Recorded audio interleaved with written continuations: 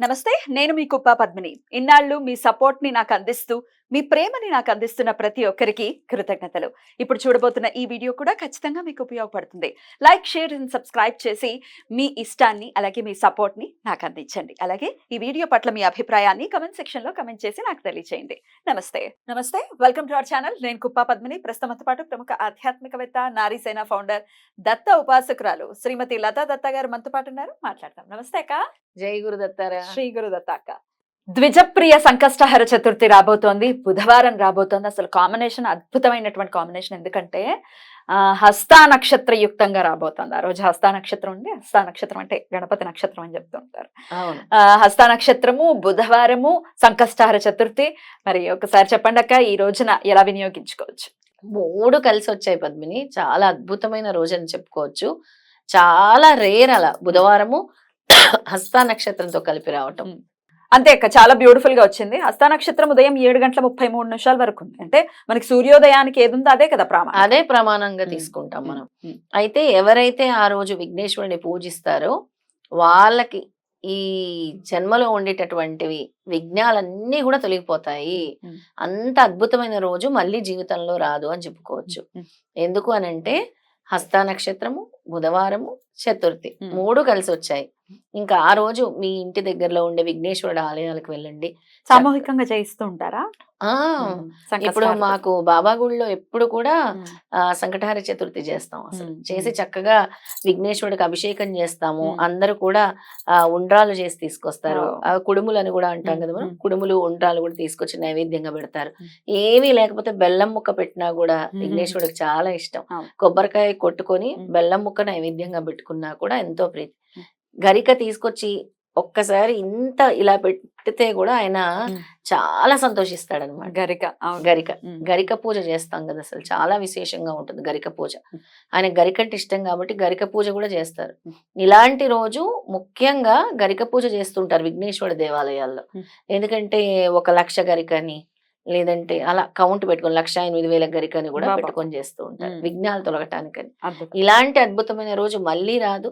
ఎవరికైతే మీ లైఫ్ లో అబ్స్టకిల్స్, విఘ్నాలు, సంకటాలు ఉన్నాయో తప్పకుండా విఘ్నేశ్వరుడు ఆలయాలకు వెళ్ళండి, నమస్కారం చేసుకోండి, లేదా మీ ఇంట్లో కూర్చోండి, సంకట నాశన స్తోత్రం చదువుకోండి. ప్రణమ్య శిరసా దేవం గౌరీ పుత్రం వినాయకం భక్తావాసం స్మరే నిత్యమాయు భలే ఉంటుంది అక్క, చాలా బాగుంటుంది. ప్రేమం వక్రతుండం చ ఏకదంతం ద్వితీయకం తృతీయం కృష్ణ పింగాక్షం గజవక్త్రం చతుర్థకం లంబోదరం పంచమం చ షష్టమం వికటమేవ చ సప్తమం విఘ్నరాజం చ ధూమ్రవర్ణం తదాష్టమం నవమం ఫాలచంద్రం చ దశమం తు వినాయకం ఏకాదశం గణపతిం ద్వాదశం తు గజాననం ద్వాదశైతాని నామాని త్రిసంధ్యమే పఠే నరః నచ విఘ్నభయం తస్య సర్వసిద్ధికరం ప్రభో విద్యార్థి లభతే విద్యాం ధనార్థి లభతే ధనం పుత్రార్థి లభతే పుత్రాన్ మోక్షార్థి లభతే గతిం.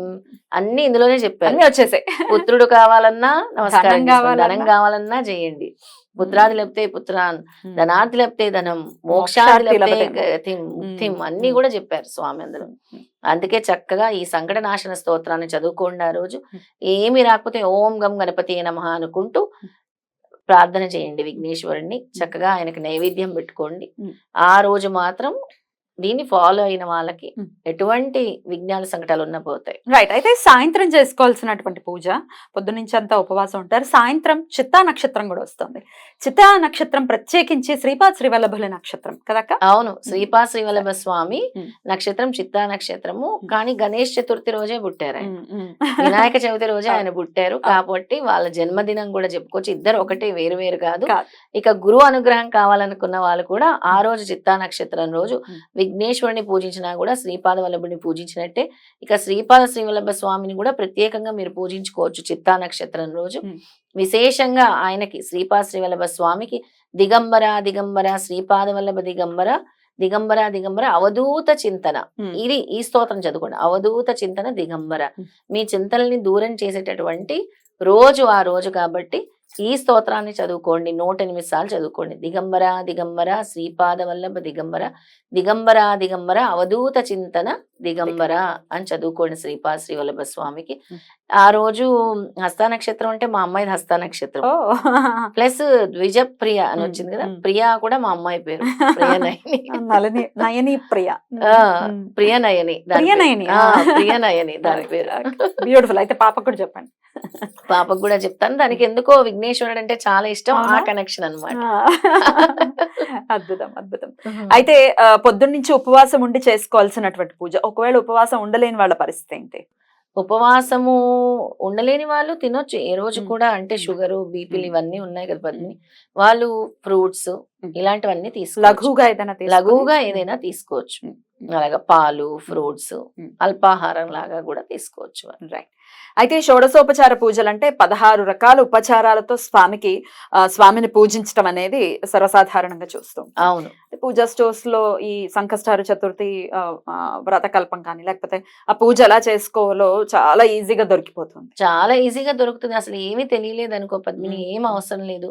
విఘ్నేశ్వరుని చక్కగా ఆ రోజు పూజించి ధూపం వేసేసి స్వామికి, ధూపం లేకపోతే అగరత్తులు వెలిగించేసి ఆవు నెయ్యితో దీపం పెట్టేసి అక్షింతలు కలుపుకొని, ముందుగా మనం ఏ పూజ చేసినా ముందుగా విఘ్నేశ్వరుని తలుచుకుంటాం కదా, అలా పూజించుకొని ఓం గం గణపతి, నీకు ఏం మంత్రాలు రాలేదనుకో ఓం గం గణపతి అని నమః, ఓం గం గణపతి నమః అని అక్షింతలతో పూజ చేసుకో 108 సార్లు సరిపోతుంది. లేదంటే విఘ్నేశ్వరుడు అష్టోత్తరం ఉంటుంది కదా, అది కూడా చదువుకోవచ్చు. 21 నామాలు కూడా ఉంటాయి. 21 నామాలు కూడా ఉంటాయి. చాలా చదువుకున్నా చాలా మంచిది. అయితే ఇందాక మీరు చెప్పి ఉన్నారు ఎట్లాంటి సమస్యలైనా మనం అధిగమించవచ్చు ఈ సంకష్టహార చతుర్థి చేస్తే. అసలు సంకష్టహార చతుర్థి చేయటం అనేది ఇన్ని నెలలు చెయ్యాలి అనేది ఉంటుంది కదా. అవును. ఇప్పుడు ఫస్ట్ టైం స్టార్ట్ చేసుకోవాలి అనుకున్న వాళ్ళైనా చేసుకోవచ్చా? చేసుకోవచ్చు. ఇది ఒక్కటే చేసుకోవాలనుకుంటున్నాం. ఇప్పుడు సంకటహార చతుర్థి చేసుకోవాలనుకున్న వాళ్ళు 11 నెలలు చేసుకుంటారు, ఒక సంవత్సరం అంతా కూడా చేసుకుంటారు. అలా కుదరలేని పక్షంలో ఆ ఒక్కరోజు, అంటే నేను ఈ వ్రతం పడుతున్నానని కాదు, వ్రతం మీరు పట్టకపోయినా కూడా వెళ్ళి స్వామిని దర్శించుకోవచ్చు, మీ విఘ్నాలను తొలగించమని దర్శించుకోవచ్చు. నేనేమంటానంటే 11 కుడుములు గాని 11 ఉండ్రాలు గాని తీసుకెళ్ళండి, స్వామికి వేయండి, అక్కడ గుడిలో స్వామికి వేసి ప్రసాదంగా పంచిపెట్టండి గుడిలో. మీకు ఉండేటువంటి సమస్యలన్నీ కూడా పోతాయి. అంటే దీర్ఘకాలికంగా ఈ పనులు నాకు ఆగిపోయాయి అనుకున్న పనులు కూడా ముందుకు వెళ్తాయి. అలా కనీసం మీరు ఒక 5 సంకటహార చతుర్థులైనా చేసి చూడండి. అంటే చాలా పెద్ద పని అయిపోయింది అనుకో పద్మిని, వాళ్ళు చేయవలసిన ఈ రెమెడీ తప్పకుండా విఘ్నేశ్వరుడు వాటిని తొలగిస్తారు, విఘ్నాలని కూడా. అద్భుతం అద్భుతం. చాలా చాలా మహిమాన్వితమైనటువంటి రోజుగా వస్తోంది కాబట్టి, మంచి అంటే బుధవారం వస్తోంది కాబట్టి ఖచ్చితంగా అందరూ కూడా ఈ సంకష్టహార చతుర్థిని వినియోగించుకుని రకరకాల సమస్యలతో బాధపడుతున్న వాళ్ళందరూ కూడా ఆ గణపతి యొక్క కృప చేత బయటపడాలని మనస్ఫూర్తిగా కోరుకుంటూ thank you so very much అక్క. నమస్తే. నమస్తే.